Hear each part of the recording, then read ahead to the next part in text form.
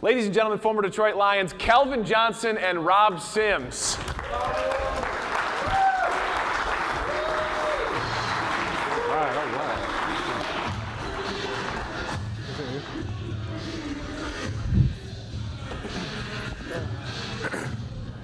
So that's how they know you, former Detroit Lions.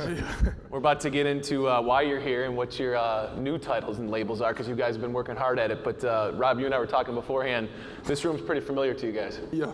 Oh, absolutely. Yeah. This is where we used to have a pregame meal before every game. You know, we stay here at the Western Book Cadillac.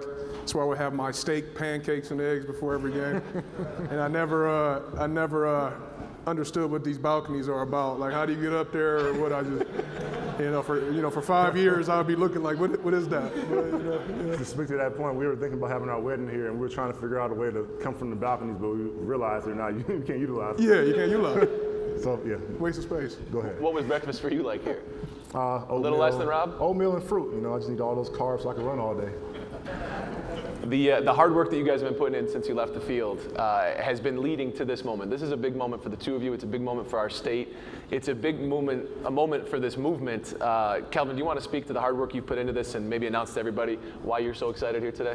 Yeah, we're so excited. I mean, it's like you say, it's a big movement for the culture.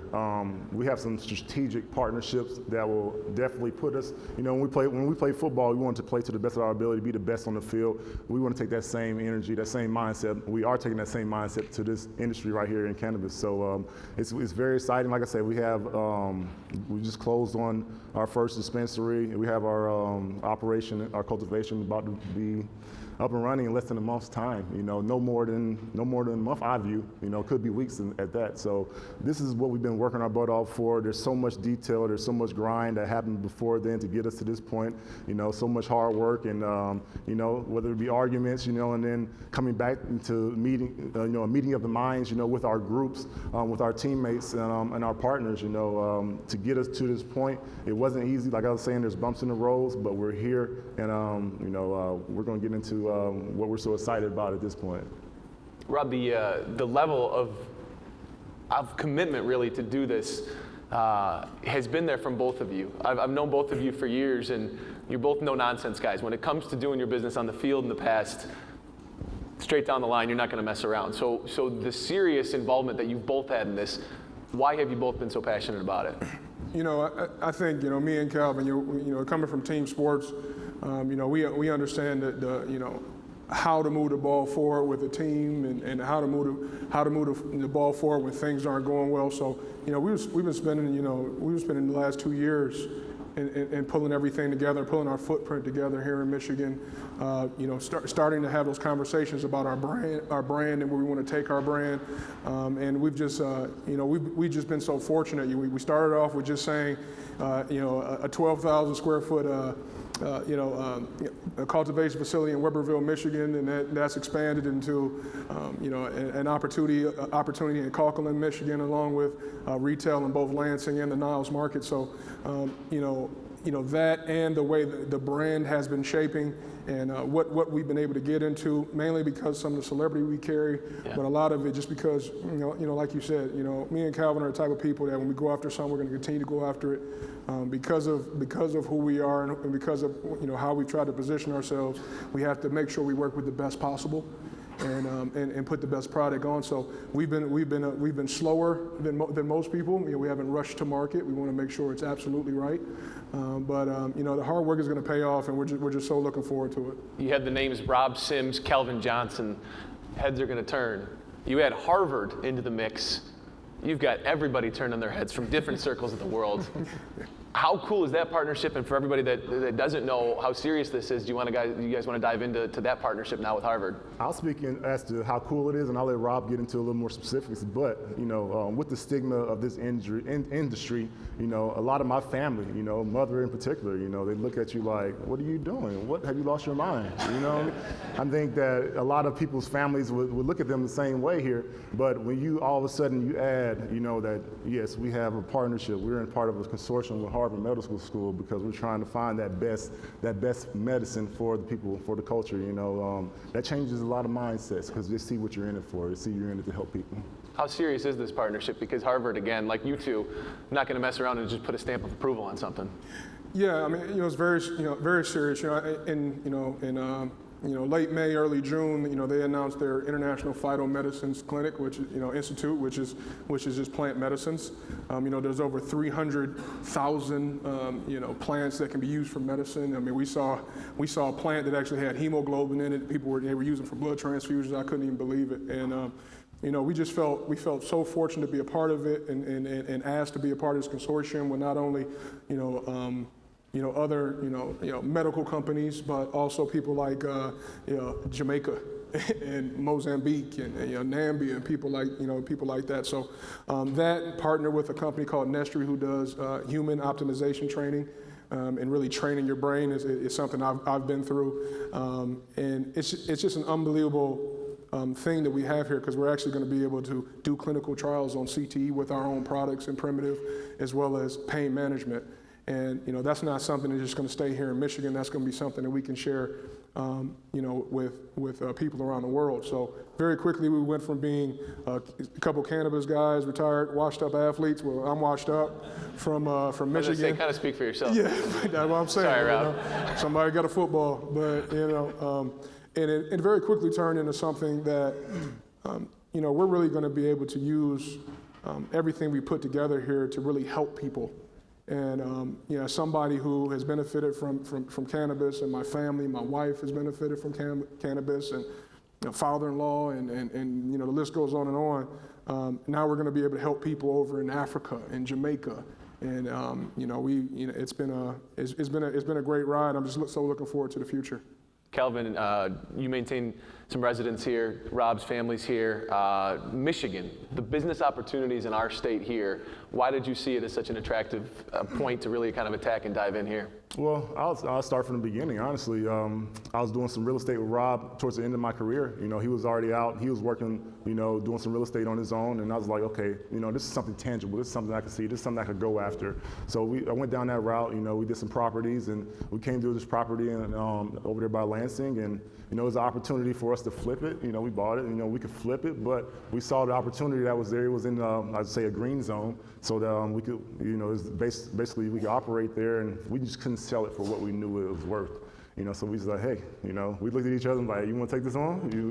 We took it on head first, and we knew that we had to say, like I say, bring that same drive, those same principles that drove us on the football field for our whole career. You talked about some of the bumps in the road and some of the challenges, and with your names attached to it and the attempts that you've made, they're well publicized. So when I actually got asked to do this, I was surprised that, okay, here we go, the green light's here, because we've seen so many red lights for the both of you guys as you've tried to jump in here for whatever little reasons. How frustrating was it throughout this process to know the potential and to be shut down and pushed back? Oh, that hurt. We were all hurt on that day. That was a low day.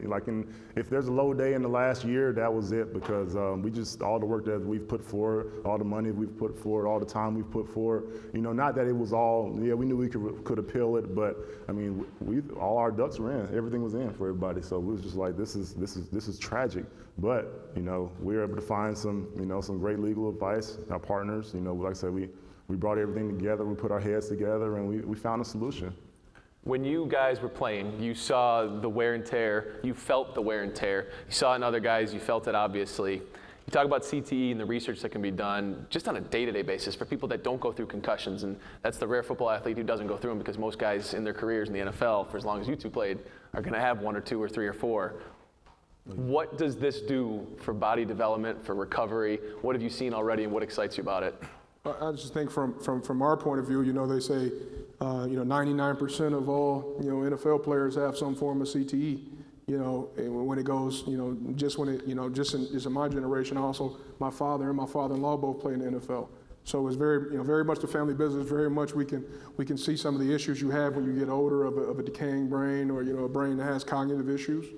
And it's such a big deal, because now we can represent a group of players that's actually alive and fighting for a treatment for themselves, and we don't have to wait to donate our minds to medical science when we die. I got 3 young kids at home, and for me to go home and look at them all day and say, hey, Daddy worked hard and brought home the bacon for us to live a certain way, but there's also challenges to go along with that. But now I can look at them and say, look, we don't have to stay here. You know, we're going to find treatments. We're going to find not only treatments to help guys like ourselves, but to help our game overall. And you know, we're just so fortunate to be in this position, and so fortunate to be a part of the International Phytomedicines Institute. I'd add to that, you know, my coach, when I was playing, he always said to me, woe be to the man who's not ready when his greatest moment comes. And I just say that to say, you know, we've busted our butts to put ourselves in a position, and oftentimes when you work hard, you know, put yourself in a position, opportunities just tend to come and show themselves. So we just want to be ready, you know, when those opportunities come, because we have big visions for our company. Yeah, we want to, you know, be in position to sell our company down the road, but how do you do that? You got to have the best quality product. And with our names being so high profile, we can't settle for anything less. Has your family turned a little bit, and now that they've understood it more and you've presented it more, are they more buying into what you're doing? Man, I haven't heard anything since I mentioned Harvard to them. I really haven't. Can't blame them on that. How much have former teammates asked you guys questions about all this, or reached out to you, or congratulated you? You know, a lot of them, that's the thing about the NFL. You know, this is something that all the guys are searching for and they need and they want after they're done playing. So it's always a very big market. It's always been a big market for guys that were getting done and could actually use it and not have to use opioids. So, you know, we look at ourselves, at least in this market, as kind of being some of those pioneers of guys that have actually stepped forward and actually taken a shot and went after some things. So we get calls all the time from from young guys that are current now, that just asking about how'd you get into it and you know, why'd you get into it, and also guys that we played with that are retired now and, you know, maybe struggling with CTE and pain and things like that, or want to be a part of something like we're building. And you know, it's been good. It's been good to kind of be that light that, you know, there is life after football. And you know, we've just been working so hard. We got a long way to go. Like Cal said, we hit some bumps in the road, but you know, we're used to those bumps playing for the Lions. So